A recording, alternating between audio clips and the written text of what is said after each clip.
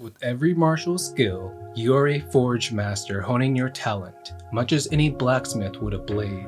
Back during the dewy slopes of 2019, before the state of the world could be summed up like this, I made a New Year's resolution for 2020 to reach the peak of my gaming potential as a player. And so I began my quest to become this apex gamer, forged in the fires of these hellish times, first becoming a master in 2020, and now, at long last, a Grandmaster in 2021. Finally, Mouse Mastery was within my reach. You see, through my 2-year journey of becoming a Mouse Meister, I've come to view the spectrum of gaming prowess through a radar chart comprised of 4 distinct key elements. While I'll touch on these later on, there is no question that anyone who has mastered these gaming aspects has become the ascended gamer we all aspire to be. We're talking Colonel 100 from Battlefield Friends. We're talking Doom Guy levels of badass. We're talking Master Chief in the books. We're talking Jack Cooper from Titanfall. We're talking Darth Revan. We're talking Omni-Man from Invincible. We're talking about some realist arty shit. We're talking about Samus to get some female representation in here. We're talking about... I'm not gonna pretend that I've reached the pinnacle of an ascended gamer, but I do walk the path to try and become one, with evolving my aim to be that of a Grandmaster's as my first goal to that end. I made that goal for myself way back when I first joined the AIM training community Voltaic on Discord, and I saw that Aimer7, whose guide I'd been following up until that point, was himself a Voltaic Grandmaster. At the time, the highest ranks achievable were Master, Grandmaster, and Ascended, with the unique Eclipse role being given to anyone who was the best at every single benchmark scenario. So how was this done? Through what I will now trademark as the patented One Punch Man method. You have to keep training, no matter how hard it gets. 1 to 2 hours of AIM training every day while streaming content of your choice to a second monitor. You do this every day, no matter what. Even if the show you're watching isn't that good. Even if you're watching reruns. Even if your Hulu Premium subscription expires and now there's ads like every 30 seconds. You do all this, and that's how you become a Grandmaster. There is one important detail to add, however. You see, the key to successfully watching movies and TV while you train is learning how to actively put effort into the scenario at hand, even while being consciously distracted by whatever else you're doing. Not only is this very much doable, and exactly how I worked my way up from an average to a Grandmaster aimer, this transfers incredibly well in-game, where you can confidently hit your shots while being focused on the multitude of other things going on, like dodging incoming fire or missiles or scanning for a follow-up target, or even a third party coming to get you an apex. The drawback here, as you might guess, is that you won't train as effectively as you would without any distractions present in the same amount of time. For me, personally though, I could never, ever have put in anywhere close to the 2,000 hours I have in Kovacs without streaming shows or videos while I trained. You might be able to listen to nothing but the pings of Kovacs for thousands of hours on end, but that ain't me. I like to enjoy every training session. And so combining AIM training with my favorite shows is the perfect way to do that and spend the time where I watch media also honing my aim. Also, being hyper-focused 100% of the time during AIM training has its own drawbacks too. Chief of which is that it makes translating your Kovacs performance into in-game performance quite difficult. A good analogy would be spending all your time at the rifle range to become a pro shooter and then being dropped into an active war zone with solely those skills at your disposal. Not ideal. Regardless of whether you train in Kovacs hyper-focused or distracted with music and media, the single best way to integrate your trained aim into in-game performance is to make sure you play your game immediately after each training session. Without this, the bridge of difference between your Kovacs aim and in-game aim will gradually expand, and you'll be found lurking through the Kovacs Steam discussion boards talking about how aim trainers don't help in-game.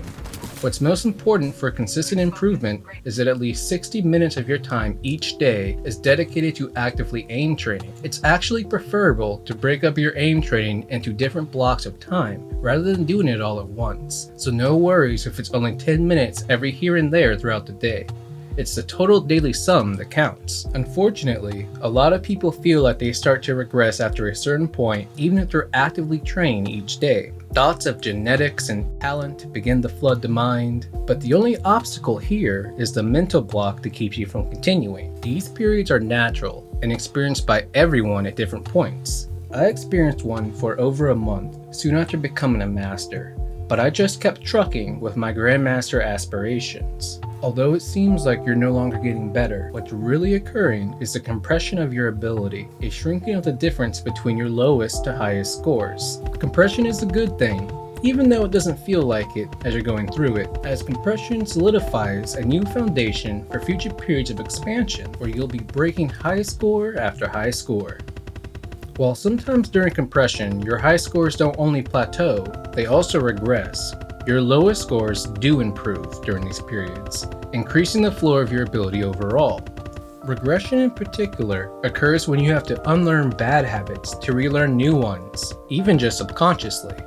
The most important thing is not to get discouraged during these periods and to look forward to that expansion period where you get your personal bests and everything is just fine. So with that out of the way, let's get into the peripherals. This section is probably the one I wish I knew most before I ever even started aim training, as it could have easily saved me hundreds of hours of frustration. Let's start with the mouse. I used the Logitech Pro Superlight and have since it first launched. Before then, it was a slow, inevitable transition to lighter and lighter mice as I went from the original Razer DeathAdder at 121 grams to the beefy Razer Basilisk Ultimate 107 grams, to the Razer Viper Ultimate at 74 grams, and lastly to the Superlight that I use now at 62 grams. At the start of all this, I made a big deal about wired versus wireless mice that in hindsight wasn't that important. The drag of the wire is definitely noticeable, definitely affects aim a little bit, and definitely is super annoying, but I think with all the bungee cords now available that mitigate that problem, the in-game difference between the two it's a lot less significant now. Modern wireless mice are also now just as fast, if not faster than wired mice, so it really is a matter of preference these days. The ergonomics of your mouse actually plays a bigger role than I initially realized though. For instance, the Razer Viper Mini was lighter than the Razer Viper Ultimate, but it was an ergonomic nightmare for me with how small it was. So the slight reduction in weight wasn't at all worth it, and I ran right back to the Ultimate. The ideal goal would be to find the lightest mouse that is still ergonomically comfortable for you to use. If you need more stopping power on your mouse, there are a myriad of other ways to get it, from changing your mouse pad to your posture that don't require you to sacrifice having a lightweight mouse. Monitors are second only to mice as the peripheral that influences your aim the most. I'm currently gaming on a 27-inch 1440p HDR 240Hz G-Sync monitor, which I personally do consider to be the best monitor that is available at this time of writing, like of all time. For aim training purposes though, a 1080p monitor with as fast a refresh rate as possible would be best, though I play all games at 1440p myself for the heightened visual clarity of distant objects while not ADSing. Don't worry about response time either, as while theoretically important, there is simply no standard method or scale that every company uses, and so trying to compare monitor response times is largely pointless. The faster the refresh rate, however, the less overall input lag and mouse movements, the clearer each target in motion becomes, and the smoother each movement feels. I do know a guy though, legendary on the Voltaic Discord in fact, who games solely on a 60Hz monitor. Rumors have it that he's trained this way for so long he no longer sees beyond 60 frames per second, in game or in real life. Make of that what you will. As for mouse pads, I don't think they're as important, at least when you initially begin aim training. I went from gold to grandmaster on a desktop mouse pad designed for office work. Then, when I finally got my first gaming pad, like a week after hitting grandmaster, I did worse for a day or two until I got used to it, and then saw the benefits. Compare this to upgrading the refresh rate on your monitor, where it's normal and in fact expected for you to break your high scores once you begin aim training on a faster refresh rate. What a good mousepad helps with is additional pixel-perfect precision and glide. But it doesn't really matter, as your mouse won't go anywhere near the exact position you want it to until you have greater mouse control from training. Definitely worth picking a good gaming mousepad up, but I'd make sure to get your actual mouse and monitor in order first before worrying about if the mousepad is holding you back. The last main peripheral for aim training is your chair, your gaming throne, if you will. Steering clear of the gaming versus office chair debate, the main things you want to look for is good height adjustability, armrests that you can remove, and a chair that supports good posture while gaming. I personally have gone through like 5 to 6 chairs trying to find one that I felt was the one, and this led me to the Secretlab Titan series. No wings on the seat or back to dig into your thighs and shoulders for literally no reason. Wide range of height adjustment, and the microfiber option I chose has made it the most comfortable gaming chair I've ever used. I removed my right armrest so I play angled towards my desk, having my right armrest fully on the desk instead. The most important thing though is the height adjustment, since this affects your gaming posture the most, and since you can't adjust the height of most desks, you gotta adjust the height of your chair. If your shoulder starts hurting during gaming sessions, the chair's probably too high, and if the area around your elbow hurts instead, it's probably too low.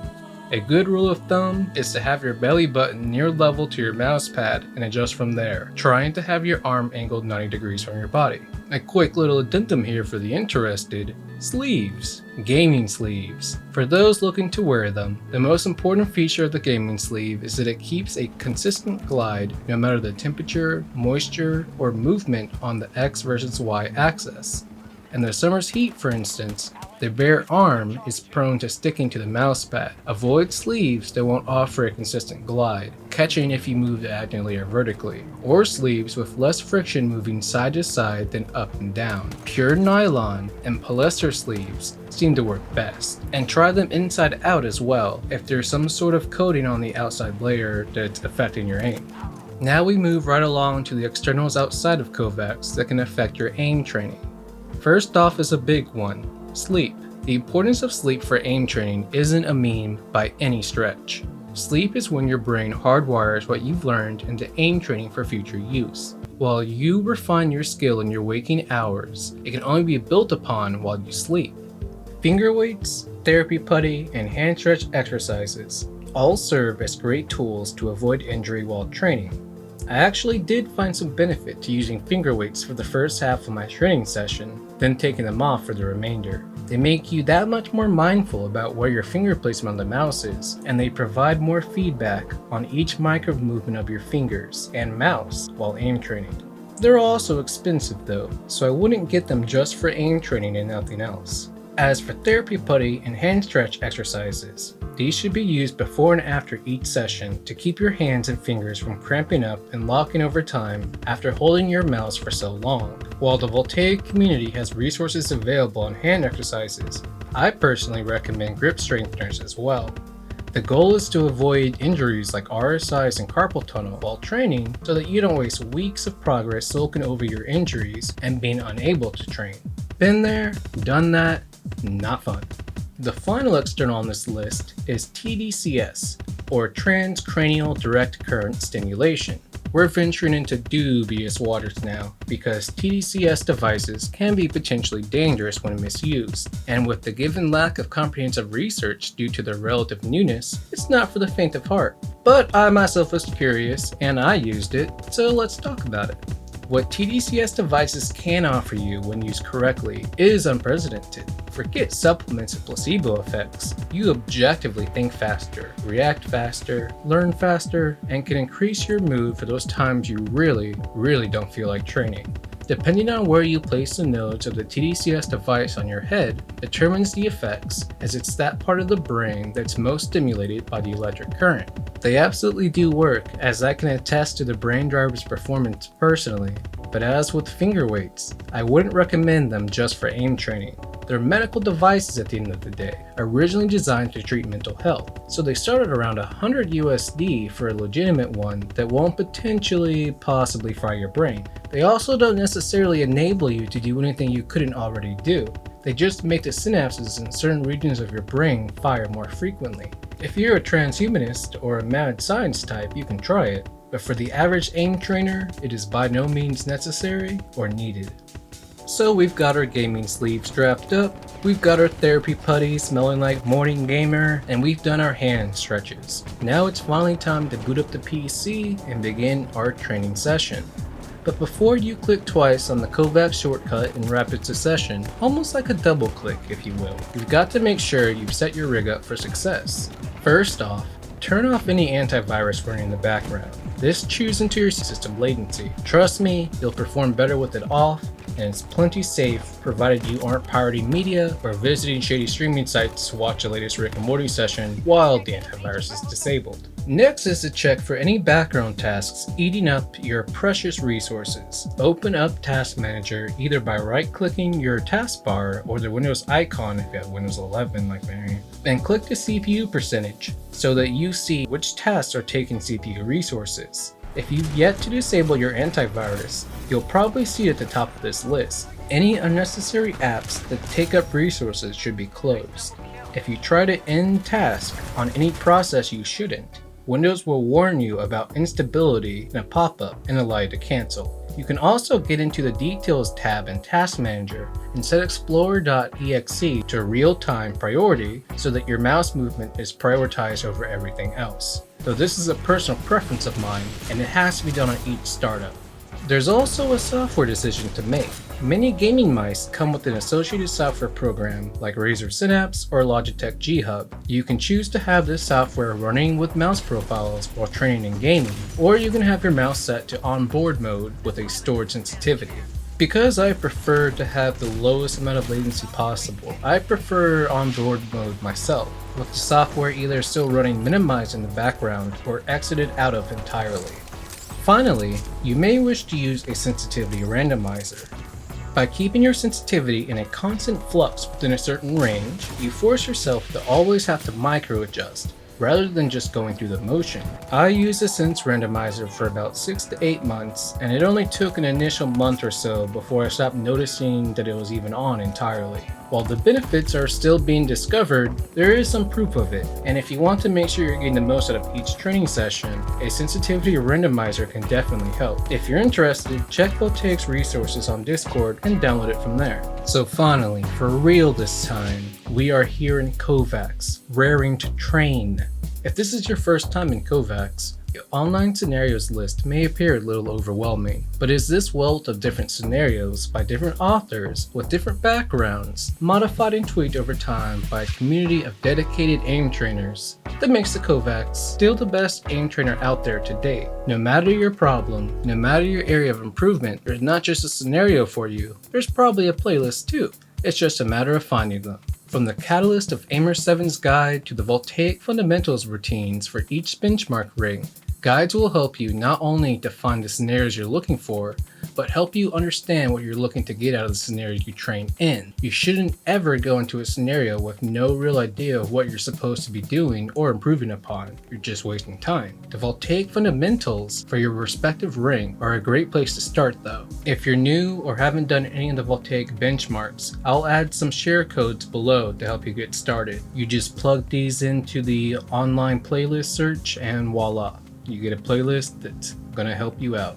I already mentioned some of my favorite Kovacs scenarios in a previous video, like access tracking, but I've discovered a few more additions to the list since then that I figured I'd mention here. 3D switching is another scenario like access tracking that increases your confidence while tracking and switching for targets, moving in awkward angles. Only the angles are even more awkward given the added 3D depth they move in. It's basically the next step up from access tracking, so if you've gotten good at that or are looking for extra angles practice, 3D tracking is a great fit for you. We also have narrow strafe, where the bot moves fast and changes direction sporadically, all while crouching and jumping in a narrow space in front of you.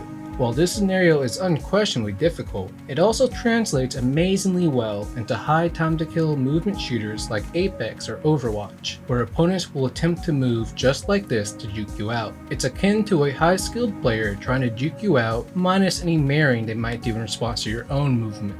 One last scenario I recommend is Smooth to Your Wrist. SYW. This comes in several versions, with fixed and thin versions being more difficult than the standard, but they all have the exact same concept. This is all about being able to smoothly glide your mouse back and forth, keeping pace with the bot. Don't jitter around the bot constantly micro-adjusting, but rather smoothly glide along it using your mouse in one smooth motion back and forth. The last thing I'm going to talk about in this video is motivation. No matter how well you train or how many hours you put into it, burnout is the true enemy of progress. It's always better to lightly train over time than go ham a few times and then burn out for days or weeks. It's important to have specific goals to go along with your lofty ambitions, as they create a path to the summit of your success. These goals must be attainable along the way. Something simple like a pledge to break at least one personal best a week, or to become more proficient at a difficult scenario. Goals make training more enjoyable, and enjoying the process of refining your ability is the easiest way to avoid burnout. So yeah, these are all the things I've learned and have helped me out along the way to becoming a Grandmaster. Make sure to stretch out your hand before each training session to avoid injury. Set goals along the way to your ultimate ambition. Focus on training every day rather than how much you train per day. Constantly challenge yourself as you train, and push through any periods of compression, understanding that even if your high scores aren't improving, you're still improving overall. I figured by this point, once I reached Grandmaster that I'd be done with aim training entirely and want to walk off to focus on other things on the path to an ascended gamer. But it's so habitual by now that whenever I feel like watching a video or show, I get the urge to train, and missing days makes me feel some sort of way, kind of like going to the gym almost daily and then suddenly stopping. These other things I'm trying to move on to focus to, by the way, were mentioned at the very start of this video, and I did tell you I'd cover it, so here we are. Execution, traversal, awareness, and decision making. I'll make an in-depth video covering this radar chart at some point, but for now, I'll give an example of its usage. Your execution skill determines how well you can execute whatever it is that you're doing. If you're trying to flank someone, the execution skill determines how effective that flank will be. The traversal skill determines your ability to get into position to make that flank, and the awareness skill determines how well you can see various flanking opportunities for the flank, with the decision-making skill lastly determining how and when you intend to flank. Each of these areas can be improved upon in innumerable ways, and most importantly, they scale with each other, meaning improvement in one area can translate into slighter improvements in others. By exploring different genres, you can more readily improve upon different areas. For example, strategy games can help with decision making, and action games like Mirror's Edge can help with traversal. At the end of the day, aim training really only improves your ability to execute, with some extension into overall awareness of your peripherals. And even then, there's far more to being able to execute than just being able to aim well. Fighting games, for instance, are all about executing the right techniques at the right time and have nothing to do with aim. The path to becoming an ascended gamer requires venturing outside the genres you're most comfortable with to gain experience that you can take back and apply into your favorite game. So long as you're challenging yourself, you'll always be expanding your potential no matter the game you play. Anyway, that's it for me. Thank you so much for watching. Be sure to subscribe, and this is Void Hunt, signing out.